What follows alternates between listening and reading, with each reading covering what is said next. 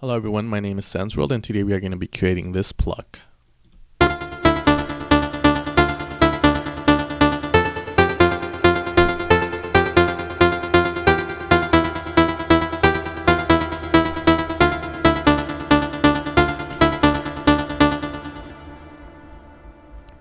Okay, so if you like that sound, then make sure to stick around so we can learn how to make it. If not, then make sure to check out some of my other videos on YouTube. I have some great sounds on there that I'm sure may interest almost anyone.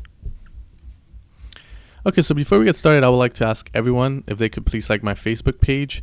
I have all my presets that I've ever made on YouTube on there, as well as some sound banks and MIDI files. The sound bank is going to contain about 35 sounds, and I think it has like about 13 leads and a lot of basses and a lot of pads, all created by me over the span of this year.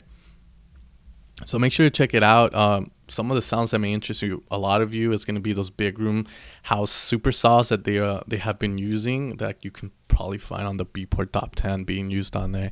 So yeah, make sure to check it out. Now let's get started with creating this Pluck. Okay, so before we create any sound at all, you have to ask yourself, like, what are you going for? So do you want like a Pluck lead, or a lead with no sustain, a lead with sustain and so forth, pads and all that. So before we get started, we got to know what the characteristics of a Pluck are, because if we can't even get the sound to sound like a Pluck, then what's the point of even going for it? So it is important to know is that a Pluck is going to have a low attack, which means the sound is going to come out instantaneously when you click a key. If I have a high attack, it's going to take longer for it to happen. It's going to sound sort of like a harmonica in a way. Now, the decay is pretty much going to be the way we're going to decide how long our Pluck is going to stick around, since we're going to have no sustain in the sound. So if I put the decay all the way up on all these, so as you can see, it doesn't sound like a Pluck anymore. So we got to keep this kind of low, but not too low, or else we're going to be hearing kind of like little kind of sounds. So you can see. Okay. And then our release is pretty much going to decide how long the sound sticks around, which isn't really that important with a Pluck. So that's why I don't have it that high up. Okay, so let's get started in creating the sound. So our amp envelope is going to be pretty much where the sound is going to come out through, and this is going to decide those characteristics I just talked about. So here we're going to have no attack at all. So low attack, zero attack. So the sound's going to come out fast, and that's what you want with a Pluck. Our decay is going to be set to 2.53 actually. Okay, and you can see the values here. Our sustain is going to be set at 0 again, and our release 2.13 for part A. Okay. Now let's go into Oscillator A1. Now the oscillators in Celent, this is where you get to choose the wave, like the unaltered wave. This is where pretty much you get the wave straight out of the box, like as you know, as original as it's gonna sound. Pretty much is what I'm trying to say. Okay, so what we're gonna do is we're gonna be using a triangle wave, which is gonna sound kind of lame at first, and we're gonna lower that down by 2 octaves. So this is gonna be kind of like the lower end of the sound, which you can kind of say the bass. So when you hear this sound and you're hearing that low end, the triangle is mainly gonna be pretty much that part of the frequency. Okay, so we're gonna be lowering that down by 2 octaves. Our volume is gonna be set all the way up for this. Our phasing is going to be set at 72 degrees, which is just going to decide, you know, the position of it.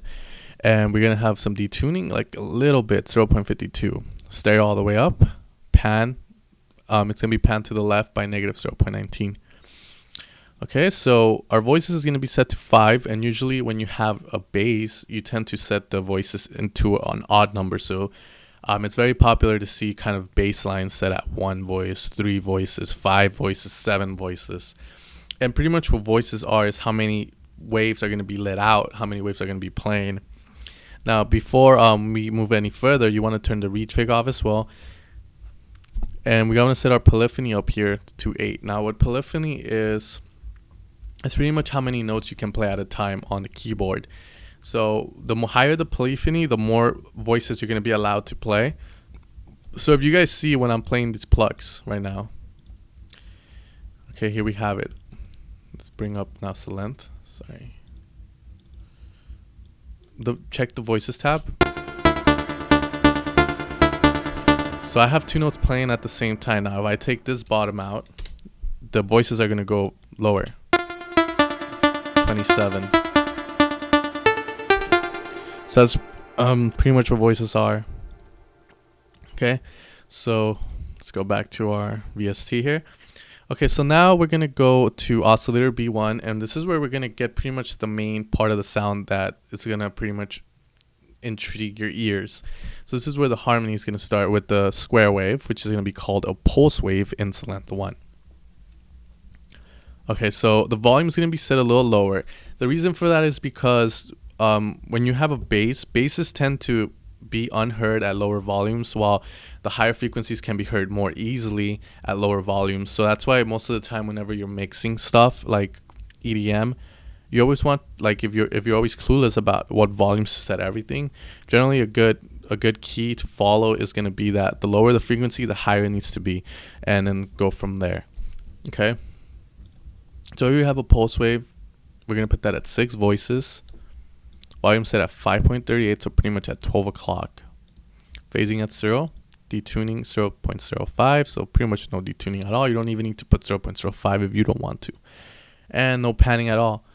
Okay, so this is going to be pretty much at the middle. We're going to have the retrig off on that. Now we're going to filter A, and we're going to be setting a low pass filter. If you don't know what a low pass filter is, it pretty much just means that when you pretty much are decreasing the cutoff, you're taking away the higher frequencies first until you cover all of the frequencies. So the last frequency you're going to hear before it's all covered, it's going to be your low. And the high pass is just the opposite of that. You start with the low and so forth. Okay, so we're going to set the cutoff at 29.10 hertz. We're going to leave resonance down at 0. And we're going to add some drive 2.00, which is just going to make it a little bit louder. Okay, now we're going to our filter control, which is going to be pretty much like the master control of the filters that we're going to be using in part A and part B. And for that, we are going to be putting the filter cutoff at 8259.48 hertz, or around 3 o'clock. We're going to be putting the resonance at 2.71, or like around 9 o'clock, 10 o'clock. The key track is going to be set at 8.57, and we're going to be clicking that warm dry on. Okay, so once we have that, we're pretty much done with part A.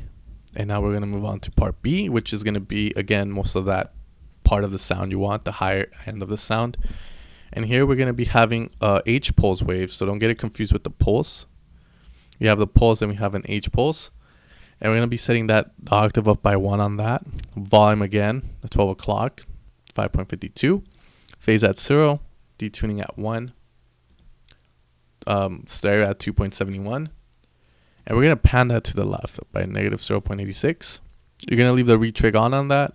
Pretty much the retrig just makes all these sounds play at the same time. But to me, it just sounds like it turns the sound. It makes those waves kind of stay in the center more. And usually, like, something I tell everyone that always asks me, how do you create these sounds? How did you learn? It's all through experimentation. I mean, I could tell you the stereo does this, but it's better to know how it's going to affect your sound than to know what the book term of it is. It's like knowing the quadratic formula, but you don't know how to use it. Okay, so now once we have that octave set up by 1, we're going to be putting a detuning on this by 1. So a little bit of detuning, and all it does is honestly detune the sound. So it's kind of changing the pitch by a very minimal amount. And if you want to check what it does, you can always apply it to saw waves and detune them, and you'll see that it's going to add some more harmony to them. Okay, so now we're going to go to amp envelope B, which is going to be pretty much set almost the same as part A, since it's going to be a pluck. So the decay at 2.82, attack at 0, sustain at 0, and our release is going to be set to 2.07.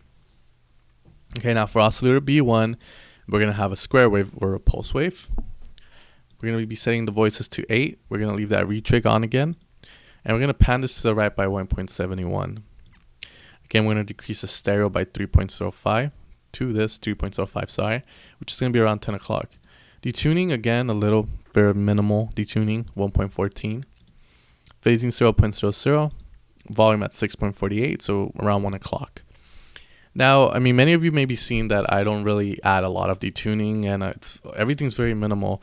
And the way that works is like very little changes in the sound is what makes a great sound. That's the way I see it. So don't be afraid to add a little bit of detuning, even if it doesn't make that much of a change. I mean, it's still, I mean, if you can hear just a little bit of a change and you like it, keep it.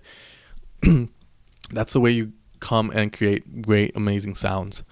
Okay, now for filter B, what we are going to be doing is we're going to be putting another low pass, and we're going to be setting the cutoff all the way down, resonance all the way down, drive at 1.57, and we're going to change this filter to 12 dB. Okay. Okay, once we have that, then pretty much our filter control set the way it should be. Okay.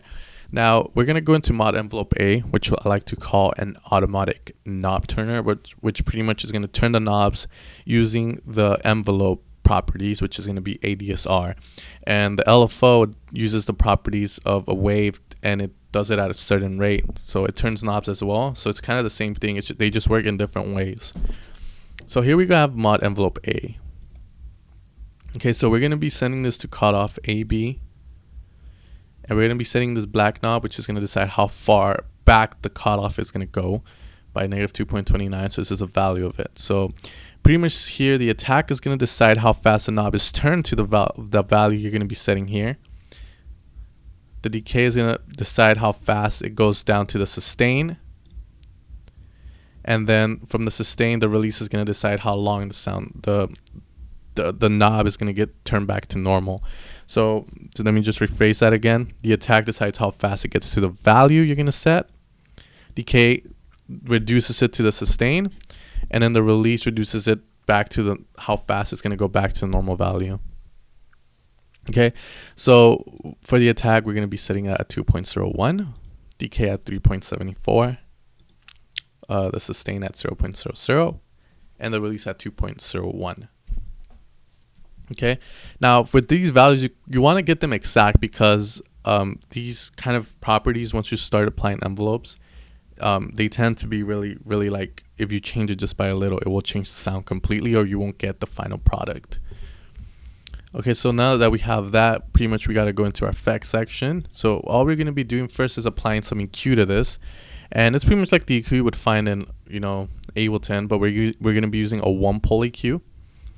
And pretty much for the first knob, which is going to be your bass, you want to set it 0.43 dB at the frequency 85.03 hertz. Our treble 14.43 dB at the frequency 440.00 hertz. Now we get into the delay, which is going to be pretty much that sound you hear that sticks around, and I'm sure many of you know what a delay is already.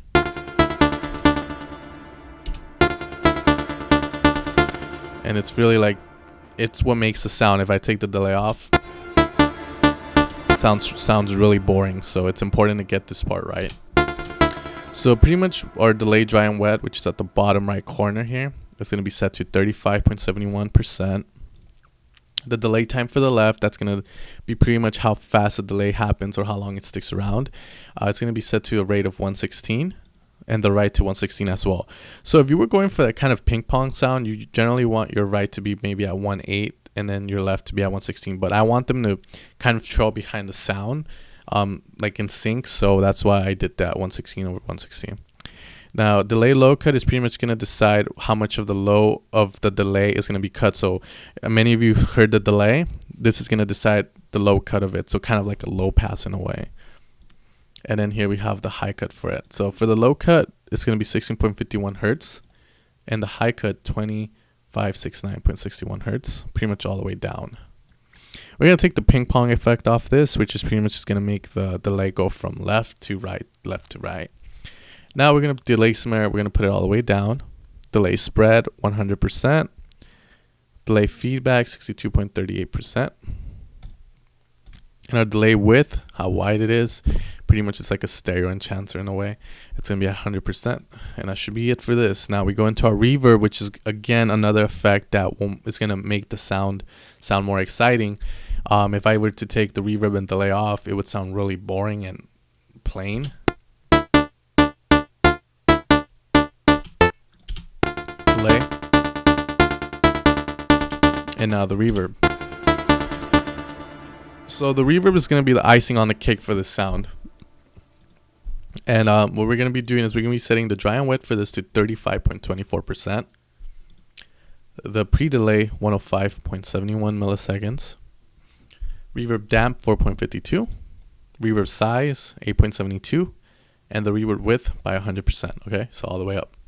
Now, all these knobs, all they're doing is they're emulating pretty much the room the sound is going to be in. So reverb size, the smaller, obviously the size, the smaller the room, the width of the reverb is going to decide how wide it is. The pre-delay is going to decide pretty much how the walls, how fast the sound's going to hit. And reverb damp is pretty much the dampness of it. So once we have all that, we should be getting the sound.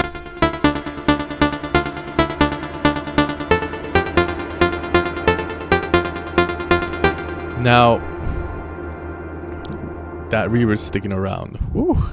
Now, pretty much here you can decide whether to lower your reverb a little bit or a lot. It depends on what kind of genre you're making.